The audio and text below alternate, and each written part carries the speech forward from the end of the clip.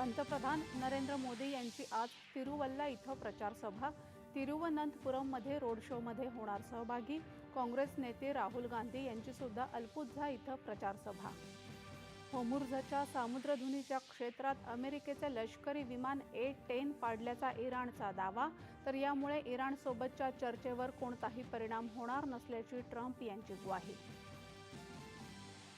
अमेरिकेचे राष्ट्राध्यक्ष Donald Trump यांनी देशाच्या संरक्षणखेरीज इतर खर्चामध्ये 10% कपात करतानाच संरक्षण खर्चामध्ये तब्बल $500 अब्ज एवढी वाढ.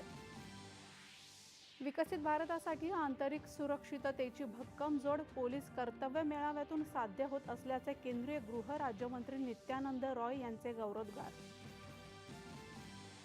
भारतरत्न डॉक्टर बाबासाहेब आंबेडकर यांच्या 135व्या जयंतीच्या पूर्वतयारीच्या अनुषंगानं मुख्यमंत्री देवेंद्र फडणवीस यांनी घेतली आढावा बैठक. छत्तीसगडमध्ये आयोजित खेलो इंडिया आदिवासी स्पर्धेचा समारोप. स्पर्धेमध्ये सर्वाधिक 23 सुवर्ण पदकं जिंकून कर्नाटक आघाडीवर. आशियाई मुष्टियुद्ध स्पर्धेमध्ये निखत झरीन, प्रिया आणि प्रीती पवार आपापल्या लढती जिंकून उपांत्य फेरीत दाखल. स्पर्धेत भारताची 3 पदकं निश्चित. नाशिक जिल्ह्यात दिंडोरी इथं प्रवासी वाहन विहिरीत कोसळून 9 जणांचा मृत्यू.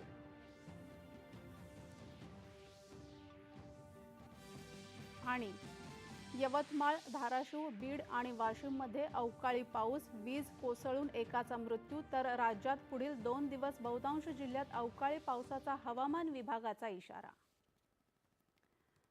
नमस्कार.